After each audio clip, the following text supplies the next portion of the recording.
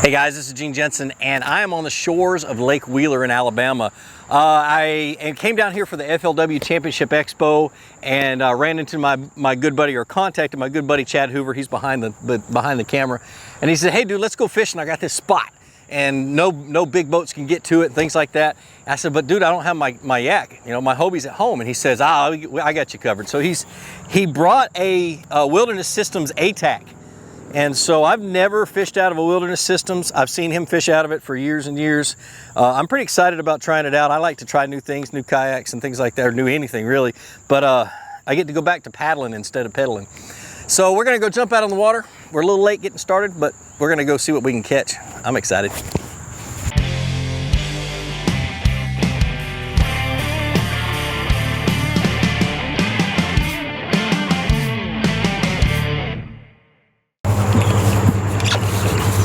All right, so it's a little bit weird fishing out of a different kayak.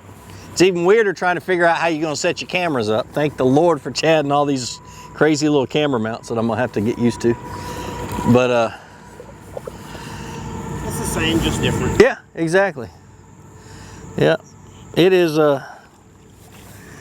After the first 20 feet, it's all right. One of the things that you'll appreciate about this boat is when the wind's blowing, you're not. Yeah, because it's real low to the water. That's the real advantage of a Wilderness Systems kayak over pretty much any other boat on the market. Yeah. Well, I really feel like I'm getting back to my roots.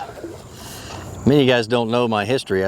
I started, my first memories of actual bass fishing were out of a canoe at Boy Scout camp, or at a Boy Scout camp that was close to my house. I used to go down there even when I wasn't camping.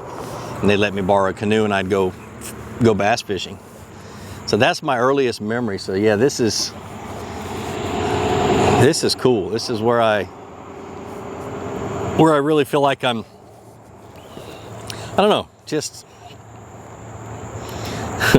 cliche, one with nature, but I really feel like I'm stealthy. I can sneak in. I'm not making a whole lot of vibration, not pushing a whole lot of water and scaring fish.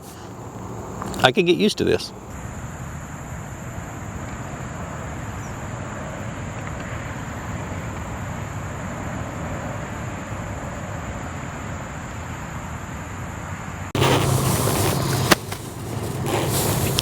So I guess the biggest thing that I really like about the kayak bass fishing community is the friendships.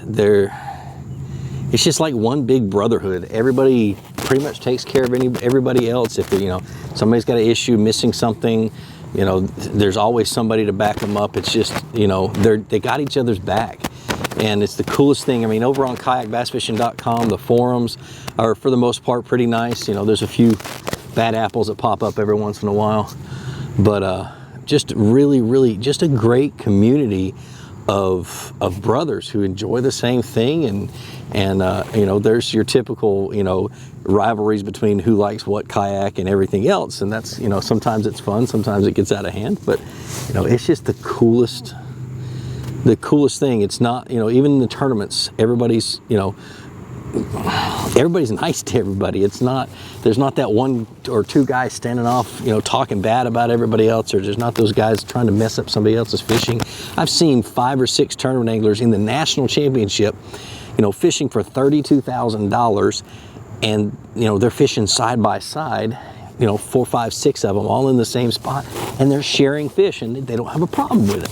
It's just the coolest thing how they get along. That's what I like the most about it. And as you guys get more and more involved in kayak fishing, or even just investigate kayak fishing, you'll notice that it's just a bunch of good guys. Awesome. Just, I don't know, hey, just awesome. So basically, the only thing, when Chad asked me to go fishing with him, luckily I had 4 rods in the boat and had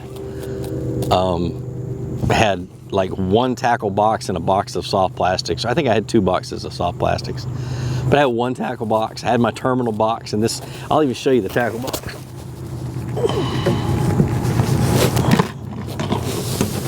This one, that's all I had for tackle.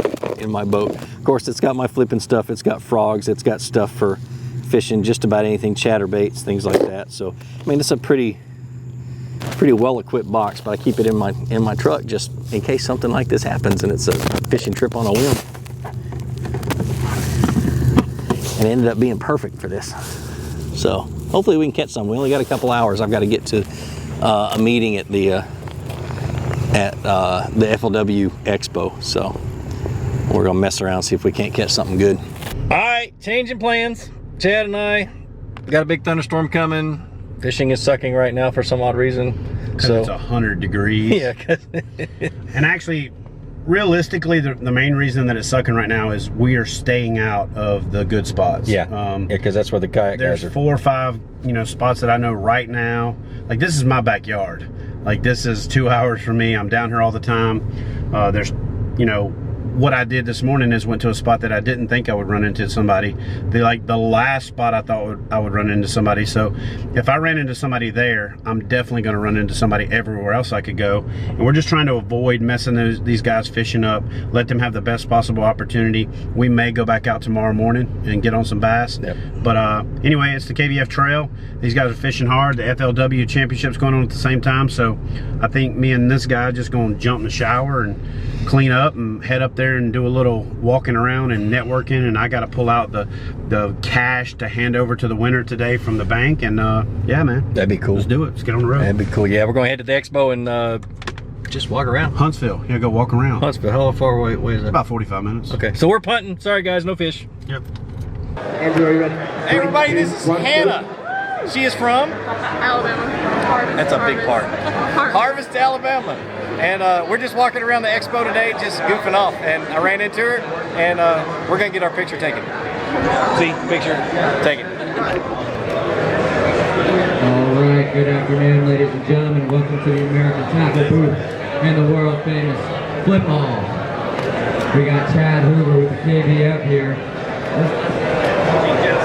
Gene Jensen, the Flukemastr here, going against each other head to head in the American Tackle flip-off arena. We're going to give them a few minutes to practice here. This is for all the bragging rights. We got Flukemastr versus KBF.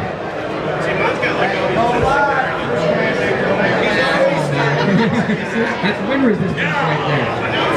We got to watch the wind resistance and current. Current's a big factor here. I'll take that into consideration.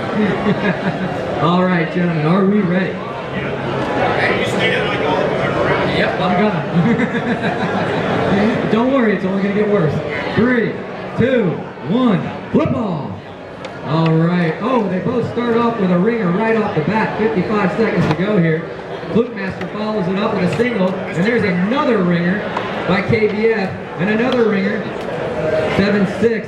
Flukemastr takes the lead here, ties it up. KBF ties it up. There's another one, 8-7, 40 seconds to go. There's another single, 8-8, 37 seconds to go. Oh, pulls it out completely, and Chad takes the lead. Gene follows it up with another score. It's now 10-9, 30 seconds to go, 10-10. This is getting good here, folks. They're staying close. If it gets stuck, you better go get it. There it goes, it comes out. There's another single by Gene, 20 seconds to go. He gets wrapped around the post. 17 seconds to go. Who's going to take it? There's another one.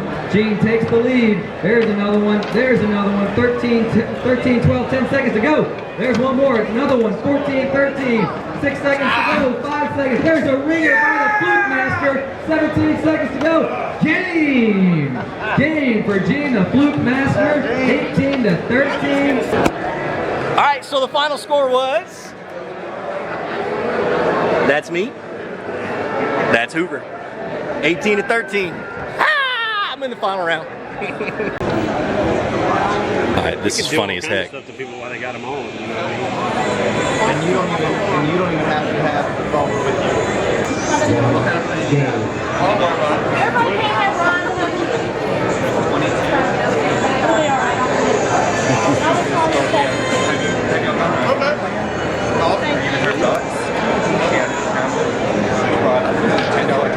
We have brother and sister going up against each other.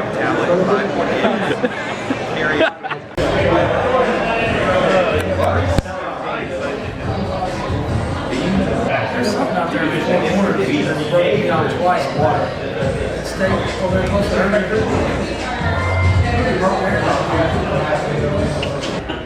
There's no real build-up.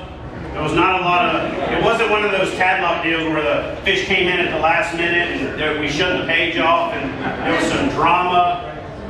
So this one you guys pretty much know, so I couldn't like create any drama. So Callaway gets your big up butt up. So Daniel Rabb, otherwise, if I don't put Daniel on here, everybody will be like, how? Well, I don't get it. The website said Daniel. So we just put Daniel on the big check. Go ahead and get a hold of that. And then we will get some pictures after the fact of that. But stay right there for just a second because I've got to end you to $200 for the day for big bass. And then the $2,000 for today for the trail event. So congratulations. However, just hold up a second because it don't stop. Actually, go ahead and give them a round of applause for the fact. But as you know, this is not how KBF does it. It doesn't end there. So you're also taking home a lure 11.5 because that was the top bonus post prize for the trail. And then because you entered the Heroes on the Water Big Bass Brawl for 20 bucks, and we raised $440 total after PayPal processing fees and all that. We're writing a check for $420 at the next event to, actually I'm going to donate like $10 just so it's not $420. So we're going to donate like $430 to Heroes on the Water. And, but so for that, Callaway also is taking home the Wilderness Systems Attack 140. They didn't get it to me in time because of ICAST and OR and all that craziness, but here's the deal. So I texted the VP of Marketing from Wilderness Systems and said, you know, since you didn't get the boat here in time, like, would it be cool if he like picked from the new Attack 120, Attack 140, and maybe even like the radar or something along those lines? So what we're gonna do is when this event's over, me and you are gonna do an email exchange and I'm gonna get him looped in and we're pretty much gonna let you pick, you know, the boat that you want out of that scenario. And then you'll end up taking on the boat here today that's not even on the market yet. So that's a pretty good payday. Congratulations. I will tell you this.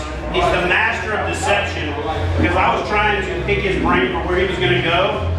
And I was honestly trying to pick his brain so I could not go there. I was like, dude, just tell me where you're going. So he sends me these drop pins of all the places to go. And Gene and I just want to go catch a couple fish. I was like, dude, I got a spot.